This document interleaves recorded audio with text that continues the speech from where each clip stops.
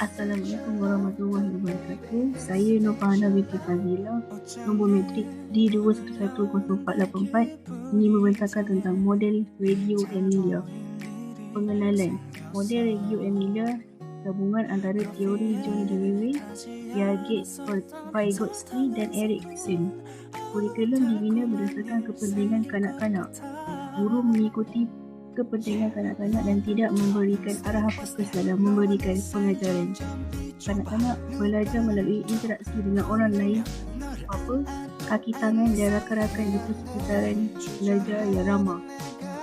Kanak-kanak digalakkan untuk menggambarkan pemahaman mereka melalui salah satu dari segi simbolik, termasuk gambaran patung, memain drama dan menulis. Guru sebagai pemudacara, perancangan projek, penglibatan masyarakat.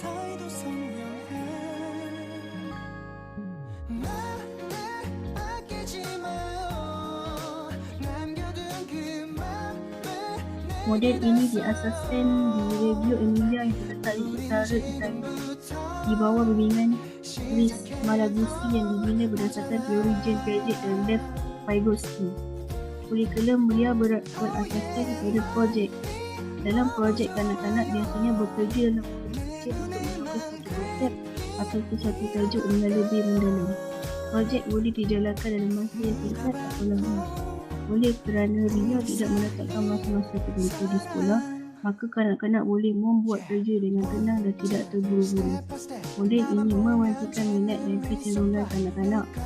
Oleh itu, tajuk projek yang akan dilaksanakan mungkin hasil daripada pengalaman harian kanak-kanak. Sekian, terima kasih.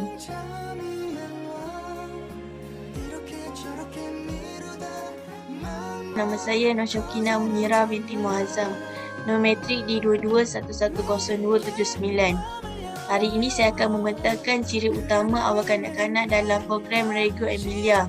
Yang pertama, peranan persekitaran sebagai guru ketiga, iaitu guru ruang kelas. Yang kedua, keindahan estetika dalam kelas. Yang ketiga, persekitaran yang menggunakan kanak-kanak untuk melakukan penerokaan. Yang keempat, dokumentasi hasil kerja kanak-kanak, tanaman dan koleksi yang telah mereka buat dipamerkan dalam kelas. Seterusnya, beberapa bahasa simbolik kanak-kanak, iaitu seni bahasa simbolik untuk menginspirasikan pemahaman mereka dalam projek yang telah mereka lakukan.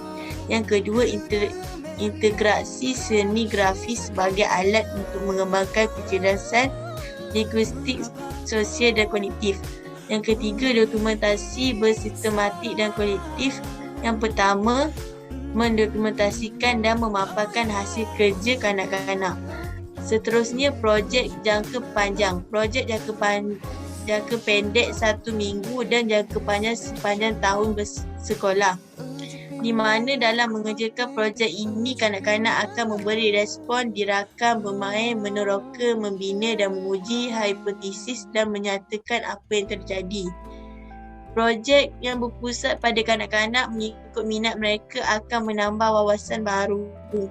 Seterusnya, guru sebagai penyelidik. Pendidik yang mendengar, melihat dan mendokumentasi pekerjaan dan pertumbuhan kanak-kanak di dalam kelas dan merangsang pemikiran anak-anak. Akhir sekali, hubungan rumah dengan sekolah.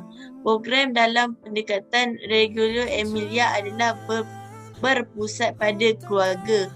Visi dari pendidikan didasarkan pada hubungan yang memberi tumpuan pada setiap kanak-kanak dalam kaitannya dengan orang lain dan berusaha untuk menghidupkan dan menyokong hubungan timbal balik kanak-kanak dengan kanak-kanak yang lain, keluarga, guru dan masyarakat dan alam sekitar. Assalamualaikum dan selamat sejahtera. Nama saya Nawaida binti Usam dan saya memegang nombor matrik D210329. Hari ini saya akan menerangkan tentang prinsip-prinsip Radio Emilia yang berpusat pada kanak-kanak. Yang pertama ialah kanak-kanak harus mempunyai kawalan atau pembelajaran mereka. Jangan galakkan untuk anak-kanak sentiasa belajar tanpa bersosial lah macam tu. Seterusnya, kanak-kanak harus dapat belajar melalui pengalaman menyentuh, bergerak, mendengar dan melihat. Macam kalau diorang melihat seseorang itu berbuat baik, diorang akan belajar tentang benda tu lah. Diorang akan mengikut perkara tersebut. Dan apabila diorang melihat seseorang itu bergerak, diorang akan mula bergerak macam itulah. Diorang akan mengikut apa saja yang beliau melihat dan mendengar. Contoh. Selain itu, kanak-kanak mempunyai hubungan yang rapat dengan kanak-kanak lain. Memang sejak lahir lagi, kanak-kanak memang akan rapat dengan kanak-kanak yang lain. Tak kisahlah bangsa ataupun budaya mereka lah. Akhir sekali, kanak-kanak harus mempunyai peluang untuk mengekspresikan diri. Maksudnya, kanak-kanak tu berpeluang untuk menonjolkan diri dalam macam tu. Itu je. Terima kasih.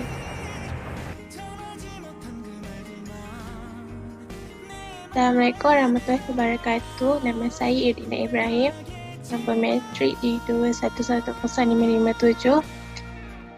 Saya ingin membentangkan tentang peranan guru dalam pendekatan Reggio Emilia. Yang pertama, membina pengetahuan dan pemahaman kanak-kanak. Yang kedua, menggalakkan agar kanak-kanak mengeluarkan idea-idea cara menyelesaikan masalah dan konflik. Yang ketiga, menetapkan kelas dan benda-benda yang ada di kelas agar menjadi tempat yang menyenangkan. Dan yang keempat, menetapkan jenis barang-barang di kelas agar dapat membantu kanak-kanak membuat keputusan mengenai benda-benda yang akan digunakan. Seterusnya, mendokumentasikan perkembangan kanak-kanak melalui visual, video tape recorder dan portfolio.